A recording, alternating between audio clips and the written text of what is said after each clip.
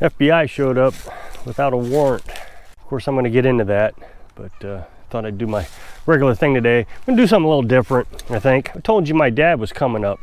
He came up yesterday, so I had to pre-record a video ahead of time, so that I did 2 in one day. So the timing may seem a little strange, but everything is in sequential order. But yesterday when he was here, I didn't make a video. I made one prior to that. It was a pleasant visit, and he walked around here. Now, he's been here one time before, but it was pretty cold when he was here. And he only stayed for a little bit, maybe a couple hours. I was still building a tiny house at the time. Carolyn stayed in the camper. That's where we were living. So I was having to warm the camper and keep the tiny house warm with the wood stove. But it was a fun visit. But this one was really nice, much warmer, and we could go out and explore a little bit. He saw the property line and all the boundaries, and we walked the path. Took a look at the solar panels. We got the well running just so he could see it with the solar panels, and he definitely is intrigued by the solar panels. He has been approached by a salesman to install solar panels on his house, and it's supposed to be $60,000, but you got to have insurance, a special kind of insurance on it. And I've talked about that insurance. In Florida, they're canceling insurances, your homeowner's insurance. If you get solar panels, you don't let them know. Some of these insurance companies aren't allowing you to actually get the solar panels. He doesn't know if it's worth it, and I don't think it is. I mean, he's nearly 70 years old. It would never pay for itself. But he would like to have something to get through the hurricanes. And I was telling him, I think these $1,200, we kind of figured up the cost, and he could have exactly what we've got. I don't know if he even needs that much. He may be able to downsize the number of solar panels he needs, because he just wants to be able to run the freezer. Now, his well pump is 220. I told you that in the video, I don't know, 2 days ago or so. So he wouldn't be able to run the well pump off of it. But there's plenty of water. He has a 50-gallon pressurized tank. So 50 gallons should get him a long ways if they don't waste the water. He was all excited, and we talked and sat and walked around, and then he wanted to drive around, so we went around. I showed him that natural spring down the hill. I don't know if he was humoring me or if he actually wanted to see those things. But he did come up and gave me a gift. I really appreciate it. He actually gave me 2, but one's not working very well. But he gave me a 22 here. It's a Marlin. It's semi-automatic, and I played with it a little bit yesterday. Now, I'm a big fan of 22s. And I know my audience is going to just beat me up for this, but I only had basically 2 types of guns. I'll explain what happened to them in a minute. I don't want to get out of sequence here. But I only had 2 types of guns. I had a .357 Magnum rifle and 2 revolvers that were .357 Magnum. And I reloaded those .357 Magnum. Now, my conspiracy theory back in the day, I've told you about that, told me that .357 Magnums are going to be easy to get. The other thing about .357 Magnum was it was not very sensitive to reloading. There's a lot of reloads you got to be real careful and get the exact measurements and the correct lead and all that stuff. But with .357, you could do it wrong a little bit, and it was pretty forgiving. The accuracy, if you got too much powder in it, may falter a bit, but not out of that rifle. That rifle was dead on no matter what I put through it. So I had a lead smeltering deal. I forget what you call those. I had one of those where you can make your own lead bullets, and you know, the reloader and the whole thing. I still got it. It's up at Mom's house. And then the other one that I really liked was 22s. 22s to me are the SHTF, you know, the stuff hits the fan gun. That's the one you want. It doesn't have any knockdown power. You need some knockdown power. No, there's a YouTube channel I watch. I don't give out YouTube channel names, but I've watched him every day for probably 7 or 8 years. And really the presence of a gun kind of makes the bad guy stop and think for a minute. A 22 is going to hurt no matter what. It is going to put a hole in you. And the problem with the 22 is it kind of goes inside there and bounces around and knocks everything out while it's going around. You get this knockdown power. Yeah, I mean, if you had a .357 rifle and you were getting, you know, Mach speeds out of it, you might get knockdown power for that. But if you're just carrying a 9mm, I mean, it's a big bullet, but it travels relatively slow in comparison to some high-powered rifles. But the thing about the 22 is if SHTF were ever to happen, You can find 22 shells anywhere. I mean, you just go to some guy's sock drawer and there they are. So if you see an abandoned house, you go in there and you immediately check the sock drawers, you know, there might be a half a dozen 22 shells in there. But the other shells are maybe not so common. You might find 9mm, maybe. But I even talked to the guy who was a big gun advocate at work a long time ago. And he was the same mindset. Now, he had 9mm, I had 357, but he didn't reload. And he had 22. And he said, I have just thousands and thousands and thousands, I don't remember how many thousands he said, but of 22s. And they're cheap. That's the other thing, is they're cheap. I actually carry a 22 pistol. And the reason I carry the 22 pistol, I was trying to figure out what's the best pistol to carry. And I saw some guy who wasn't a big chest thumper, and he was just a modest guy, and he said the best gun to have is the one that you can practice with the most. And since 22s are so cheap, I can practice with it all the time. It's not frightening to use, it's not overbearing, it doesn't blast out your ears if you have to shoot it without earplugs in. I had my guns, I was telling you, I would tell you what happened to them. I was robbed. Carolyn and I were robbed. Somebody broke into our house and took the pistols. Now the rifles and the shotguns, I had kind of a lock assembly on the wall. I made it. So he didn't take it right away. I immediately started buying a security system, but it took some time. I had to order it. And it was taking time to get to me. And so by the next week, he robbed me again. So let's say he robbed me on a Thursday. I think it was a Thursday he robbed me. The next Wednesday, he robbed me again and took those rifles. What he did was he found my Dremel. And he took the Dremel and was able to cut that locks. Well, I had multiple locks on it. And he cut those locks off. Took his time. I mean, he must have been there all day. So I claimed an insurance claim. Well, insurance, they're so great. You know, they give you your claim and then they cancel your insurance. So I wasn't ever able to get insured again. But, well, anyway, we moved into the pop-up camper. You know, we became nomads. So I took a 22, a 357 rifle, and I don't know, I think a 357 revolver. I hadn't gotten everything replaced when we went on the road. And as you know, somebody burned our camper down. And of course those guns were in there. So I never replaced them. I just figured no matter how many times I replace them, something's gonna happen to them.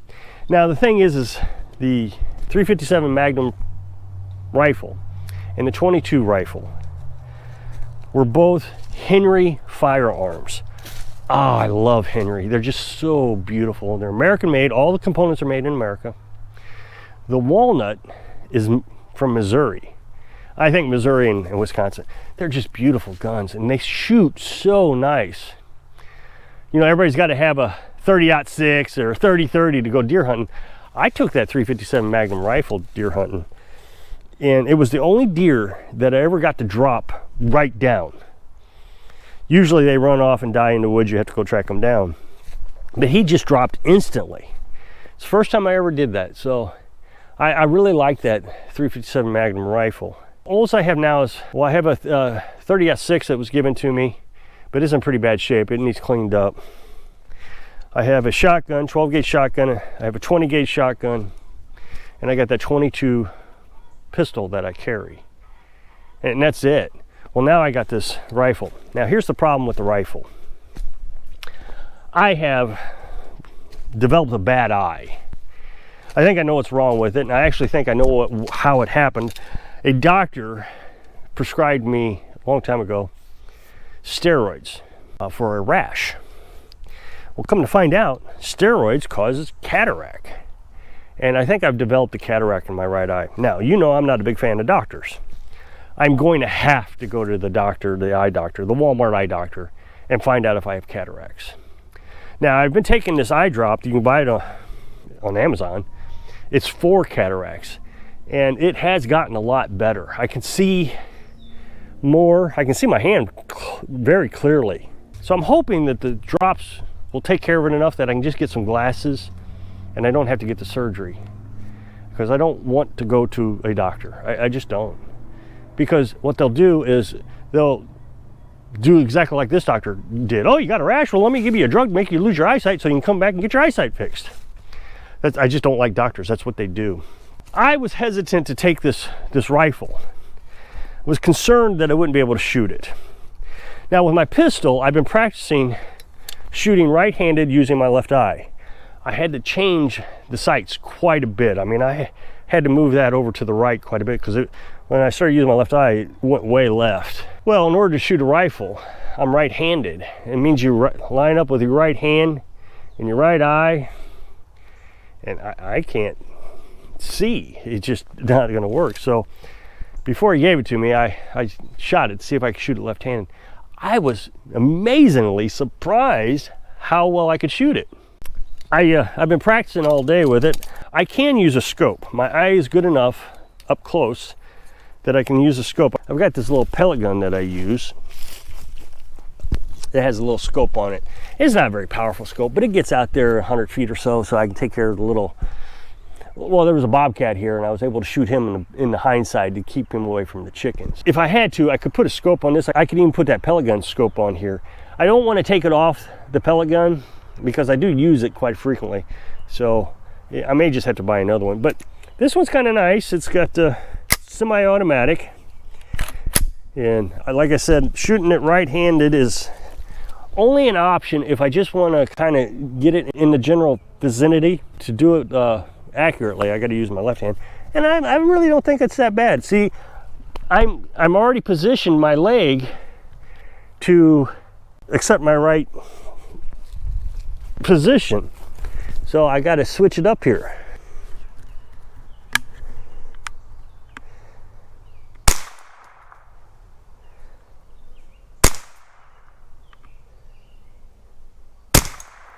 So then I'm going to take it to the right, and see, I can't see anything. So I'm just going to use my left eye, but this way I can hold a little bit better steady,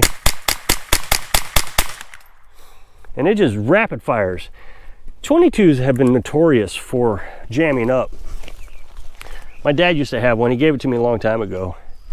It got stolen too, and it always jammed. I mean, just always jammed, but I can't get this one to jam up. I was telling you about the FBI. I made videos about this before in the past, and I don't think people really understand what I'm talking about. I am talking about the FBI or the ATF showing up to your door, 30 people showing up to your door and wanting you to give them your firearms or firearm accessories. Right now, there is a trigger that is actually a semi-automatic trigger. When you pull it, it fires. When you release it, it fires. The law states that a semi-automatic is something that you have to pull the trigger once and let go, pull it.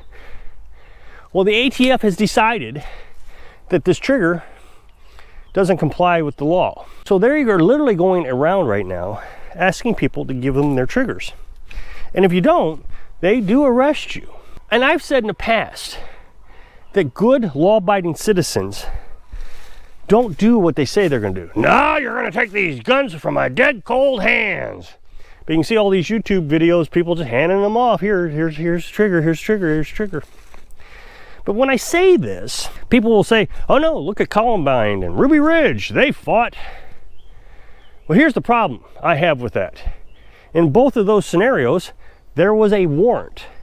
Our Constitution says that our law enforcement can do whatever the warrant says they can do, and you have to comply with that. So by them violating the warrant and not allowing people to come onto their property and do what they're supposed to do, they were already breaking the law. But I'm talking about ATF coming up and saying, our database says you have this, I don't know the name of the trigger.